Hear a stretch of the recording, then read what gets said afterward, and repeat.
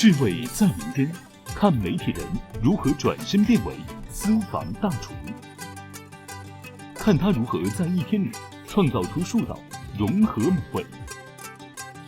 此外，兼具颜值与演技的徐正熙将为你带来暖心私房菜，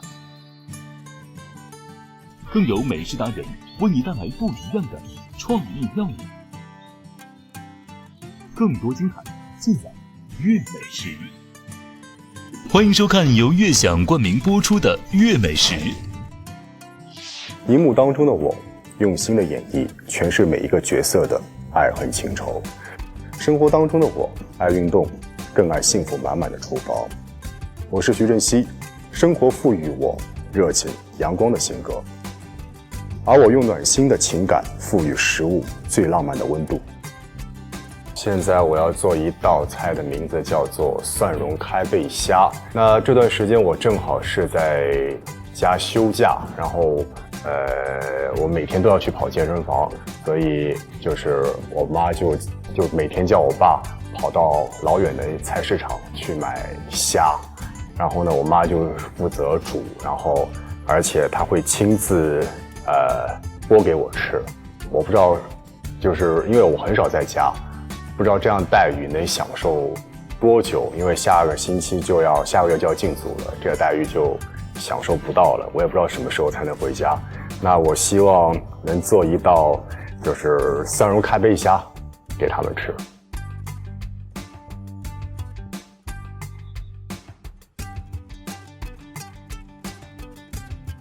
首先我要用的食材就是明虾，我要把虾的壳慢慢的先剥开，然后要留尾巴跟头，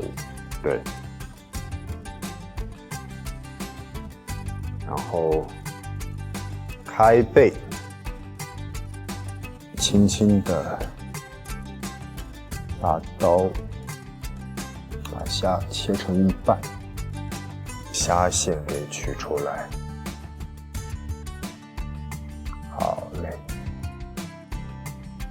用对进行拍打，让整个虾都能贴合在上。接下来我们进行腌制的环节。先放料酒，然后胡椒粉，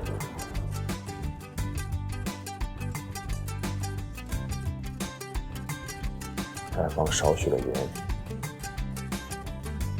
虾的腌制呢跟肉不一样，虾的腌制呢最主要是去腥又提鲜，然后搅拌。我们搅拌的时候要轻一点，因为以免就是虾的头的一些须啊、刺啊、硬壳啊伤到自己的手。我们现在要来切下蒜，切成蒜末。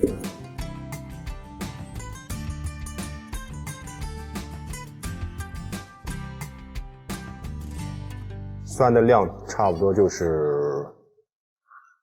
1头蒜。接下来我们切黄椒，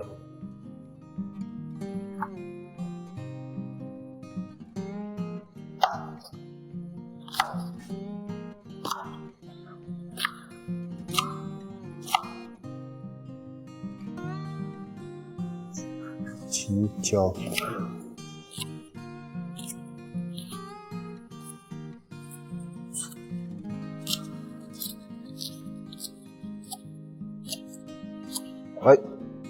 基本上都切好了，然后我就准备把这些食材放在锅里炒，少许的油，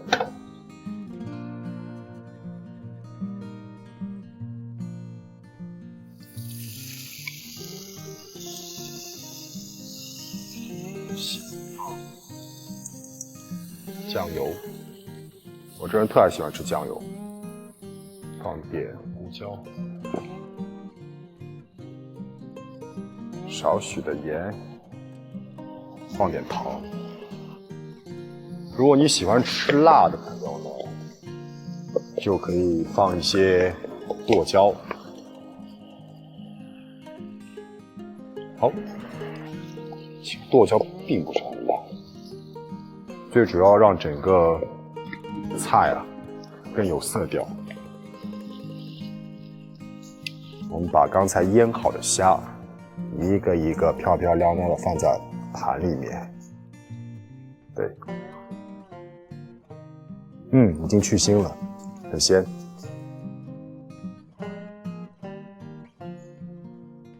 尽量把这个料浇到那个虾上面。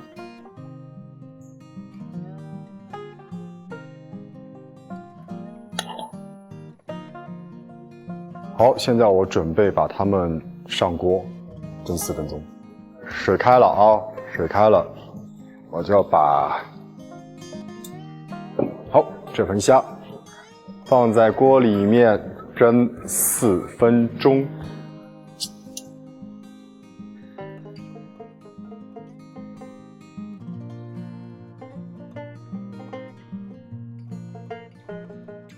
我已经闻到香味了，4分钟已经到了。好，关火。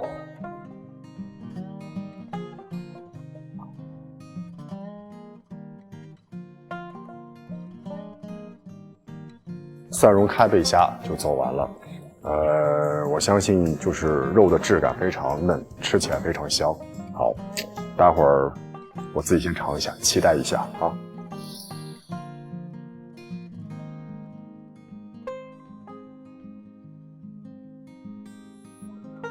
私厨自古就有，但在当下时代，私厨变成一种潮流和时尚。他们如今通常在自家住宅制作并经营食物，美食爱好者会选择上门吃，或者私厨自己配送这些食物。今天我们将去拜访一处隐匿在热闹都市中的海鲜私厨，通过他一天的厨房生活来探秘私厨的别样世界。大家好，我叫冯博，是因为私厨的创始人兼主厨。从15年开始是创办了这家我属于我自己的这个私房菜。当时确实也想自己做点喜欢做的事儿，但想来想去就创办了这么一家属于自己的这个私房菜。然后加上本身我也是金牛座，就是属于比较爱吃、喜欢美食的这一类人，所以是基于这个初衷吧，做了这么一家店。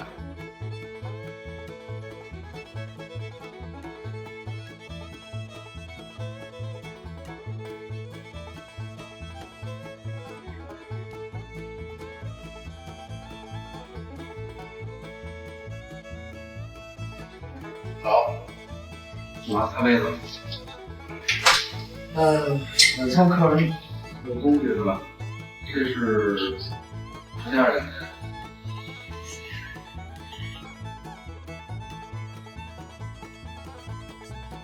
现在咱是早上起来刚去这个店里边，先得去把一天要买的东西对一下，然后才能去开始给晚餐的客人去选这些所有的新鲜食材。基本上我都是很规律，7点就能醒，不用上闹钟都能醒。像其实天气如果好的话，有的时候骑车，就我用电动车去也比较好。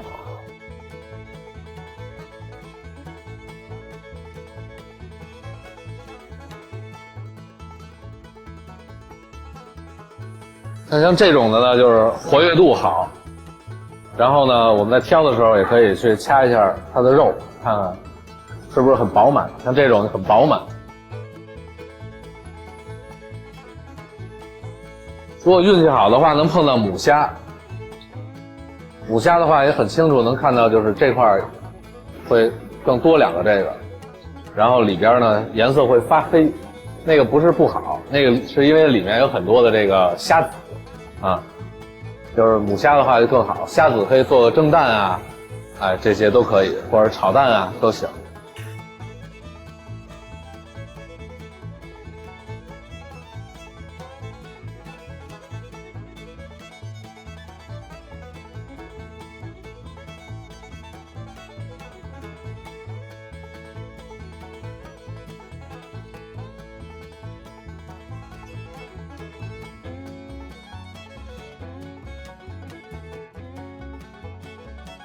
那个虾好不好，一个是看肚皮，另外一个要捏一捏，很饱满很硬，这说明虾的肉呢非常挺实。从互联网公司到创办私厨，冯博在快到而立之年的时候，终于做上了自己喜欢的事情。我几岁吧，可能还没上小学呢，就是晚上饿了，然后因为父母特别忙，我小的时候，我印象里跟他们睡在一起时间还真的不多，所以就是饿了那怎么办啊？冰箱里有鸡蛋，就在很小的时候就能踩在那个凳子上，然后在厨房煎荷包蛋。从小可能就是养成了这个比较喜欢。后来是做工作嘛，就是平时休息的时候，朋友们也都愿意到家里面来，然后一块儿做做菜啊，喝喝酒啊，在家里聚一聚。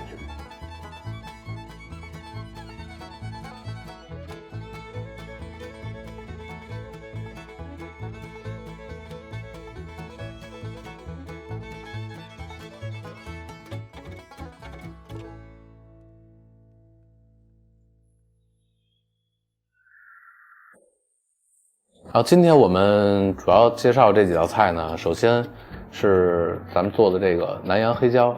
炒龙虾这道菜呢主要的灵感呢，我是觉得是一呢就是黑椒的这个口味以前可能会比较少出现在中餐，或者是就是我们偏向于家庭这种料理里面，因为它不太好掌握。那我是希望把这种很好的一种口味，不光是以前出现在牛排领域里，希望它跟海鲜做一个结合。那我们就是用像大蒜啊，然后像无盐的黄油啊，那现在不都提倡少油少盐嘛，然后像一些进口的这种黑白的胡椒，得按照我们的比例去有一个混合，然后把它打碎，但是又不是像粉末一样，让它吃到的口感是有存在感的，就是这个胡椒，我再加上其他的一些调味料，当然区别于市场上的这种罐装的这种黑胡椒酱汁儿咱们是不去采用任何的添加剂，这样的一种健康的一种调味汁儿，然后再结合我们新鲜的这种鲜活的龙虾，那么我们也是把它炸一下，锁住它里面的水分，另外一个能给它增加一部分的香气，通过过油的方式，然后再把汁儿和炸好的龙虾我们做一个结合用一种偏向于像马来西亚然后新加坡南洋这种口味的黑胡椒的一种料汁儿酱汁儿，来把龙虾的味道做一个提升，让它不那么单一。第二道菜呢，我们有进口的龙虾，那我们也选用一些本地的龙虾，就是咱们这个江苏区的这种小龙虾。当然所有的小龙虾每一只都是采购的时候要去亲手挑选，回来之后呢，每一只要逐一的进行洗刷，然后虾线去掉，然后把它的嘴剪掉之后，把它里面的这个相当于过滤水质的这个沙包都去掉，这样的话整只虾就非常非常非常干净。我们今天会做3种味道，一个呢是我们生态的香辣。所谓生态的概念呢，就是首先虾是生态的养殖的这个小龙虾，用清水，然后用这个一些生态的它的食品，比如说新鲜的水草，然后像螺丝，然后小鱼，就跟养大闸蟹一样养大的这种小龙虾，然后我们再结合没有地沟油，没有2次回收的辣椒，没有这种工业的辣素，就是你放几个辣椒会很辣的那种，它如果加了工业辣椒会非常辣，味道也会比较冲，没有这些东西，那么我们做的一个香辣生态的一个香辣小龙虾。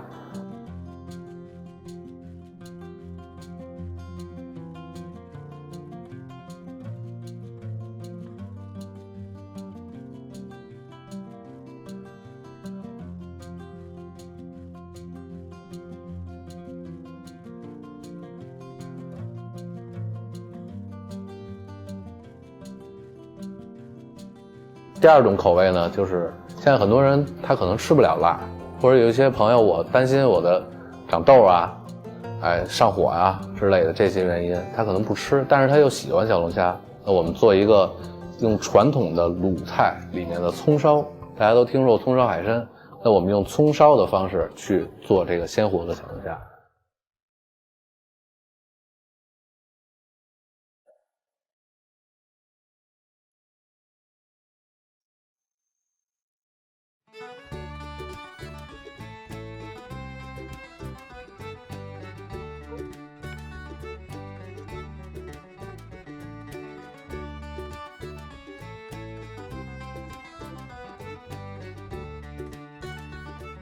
另外还有一种呢，就是咱们这个原创的，因为私厨咱们自己自创的这种沙漠的小龙虾的概念在里面。偏向于像我们传统吃过的像避风塘炒蟹，但是跟它又不太一样的一种用像面包糠啊、蒜蓉啊，然后像咱们自己配置的这个椒盐然后用盐和一定比例的这个花椒，给它通过我们干煸之后，给它碾成粉末，混合在一起然后再加上我们小龙虾一起去进行一个炒制。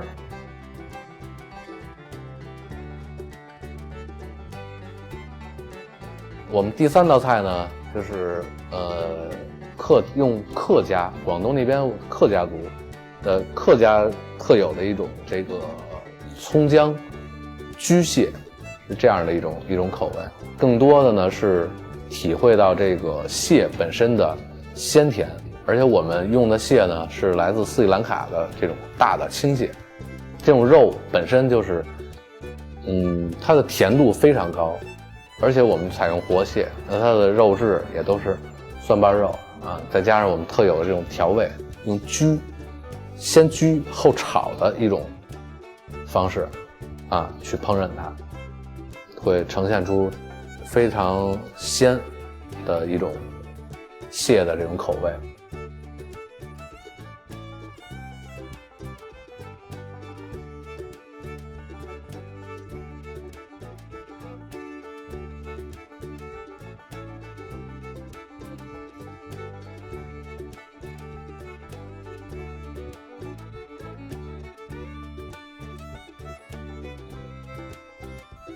接下来呢，就是我们咱们这个店里面招牌的这个清界牛排，选用呢牛最好的这个，我们其实在西餐里面我们叫菲力，实际呢就是牛的这个牛柳，就是一头牛就一根，大概每头牛这块肉的重量应该是在3斤到4斤之间就一头牛就这么多肉。这是最好，就是最嫩的部位，通过拍打呀，通过姜制通过滑油让牛肉摆脱以往大家觉得咬不动、老，必须要通过长时间炖煮才能让它变软烂，打破这种模式让它变得非常的滑嫩，再配合着咱们调制的这个清界这个酱汁进行最后一步烤制的方式。最后呈现给大家，就是味道也是有很香、很浓厚的这种味道，肉质呢也是滑嫩也是能达到说老少皆宜的这种程度。接下来呢，我们会有一道这个叫焦香华鱼片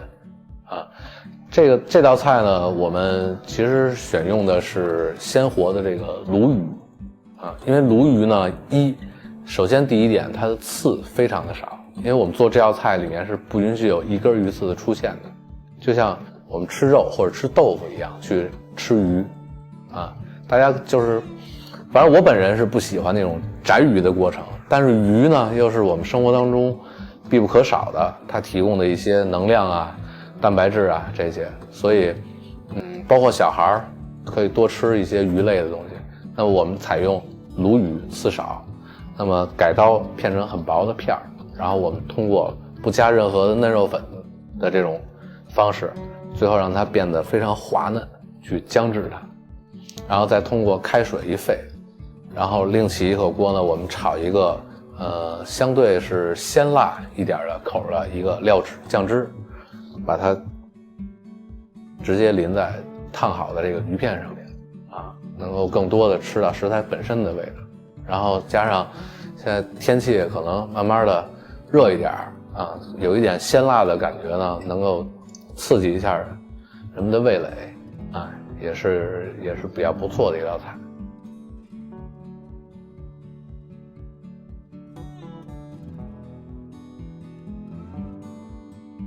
最后一道菜呢，是一道偏素一点的一道创意料理，也是我们本店的这个蛋酿口蘑，也是深受很多客人朋友的这个喜爱的一道菜。因为它有口蘑，它的口感有点脆，有点弹，而且它有蘑菇本身的香气。那么通过我们的改刀，把它的里面的芯儿去掉，但是又不能让它漏掉下面的底。那么我们通过添加蔬菜粒，这种加入蔬菜的元素，然后再通过呢鹌鹑蛋小颗那握在上面，是一个非常漂亮的一个造型，再通过小火慢慢的去蒸制，最后淋上我们调制的这个像蒸鱼这种一个酱汁，最后让它能够体现出来都是一颗一颗，然后人们吃的时候一口一个，哎，食材本身的鲜味啊，然后包括它营养蛋白质啊，像菌类的这种氨基酸啊，都能够得到一个很好的补充，也是老少皆宜的一道菜。私厨能让用餐的人感受到最私密的环境与氛围，同样也能够拉近他与客人的距离。每个客人都可以成为朋友，就这样在一个私密的环境里感受着城市森林中的温暖。他坐镇京城5星级西餐料理，他拥有自己的品牌厨梦人。作为中国的厨师呢，我发现中国的这个市场上很多厨师他们都没有一套自己的刀具。那我想我设计一套专门给厨师用的刀具，专门给这些美食爱好者用的刀具，这样的话呢，能提升大家对这个美食文化的这个追求，而且能方便大家能更好的去制作美食，享受这个制作美食的过程。精雕细琢背后是对美食的热爱，一丝不苟的制作，专心致志的钻研，一道道菜品犹如一幅画卷在盘中绽放。他就是本期时尚主厨胡涵。大家好，我是胡涵，今天我来跟大家分享一个油封三文鱼配甜菜头和南瓜。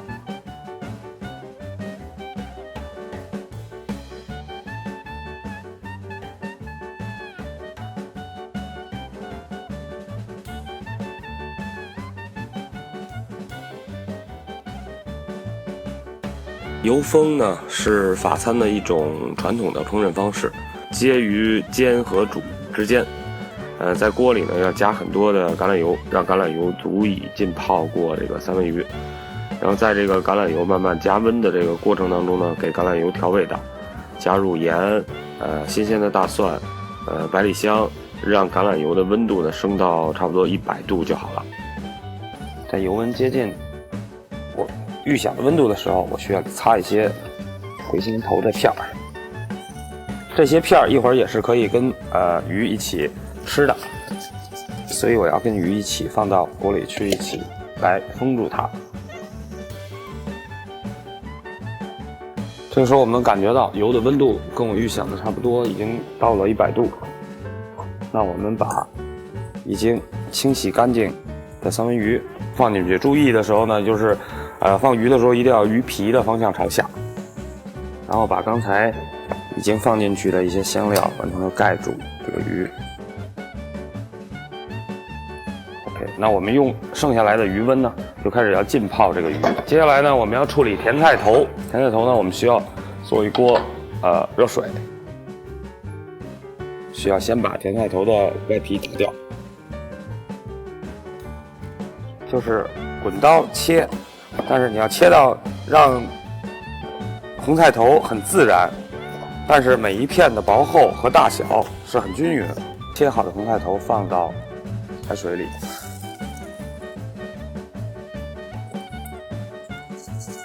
煮红菜头呢要注意，就是水不能太多，因为红菜头里边如果你水太多了的话，它就会煮成白色的水就会把红菜头里本身的颜色吸掉。开锅之后呢，我们需要大概煮8到10分钟，8到10分钟会让红菜头完全的成熟，没有那种生菜头的那种味道，吃起来会变得甜甜的。红菜头煮好了之后，我们把它放在一边。这个时候我们可以加工南瓜，改刀，改成用锅可以煎熟的大小。测试好锅的温度呢，我们需要加一点橄榄油。我们直接把南瓜放进去煎。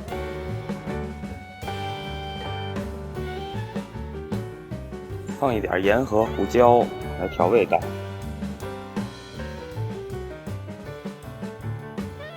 我们用小火呢，慢慢来煎着南瓜的同时，就可以来加工我们这个牛油果。这个处理起来也是很简单，我们只需要找一个碗，这个碗里需要放上一点柠檬，然后需要加一点水。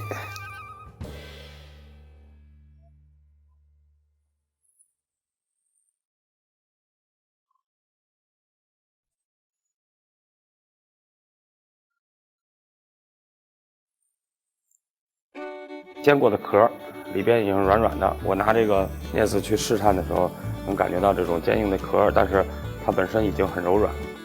南瓜好了之后呢，我们就可以把它放在一个先备用。这个时候来检查一下我们刚刚油封好的三文鱼，我把上面的盖的蔬菜拿掉之后，三文鱼表面已经变了颜色，而且在它跟油接触的部分已经渗出了三文鱼本身的这种汁水。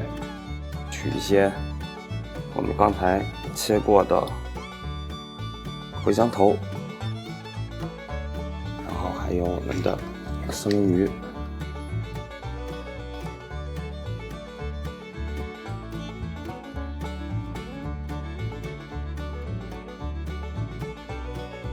其实特别容易就可以把鱼皮拿掉，因为鱼皮这边它的油脂跟橄榄油已经进行了互换，它的味道也已经变了很多。我们可以稍微拿捏的稍微压一下，就可以看到鱼里边已经完全成熟。放一点盐和胡椒的混合物，可以把鱼直接摆在盘子上，然后我们要用喷枪把鱼的表面稍微烧一下。橄榄油里边的香草作为装饰。这道油浸三文鱼配红菜头、南瓜就进行。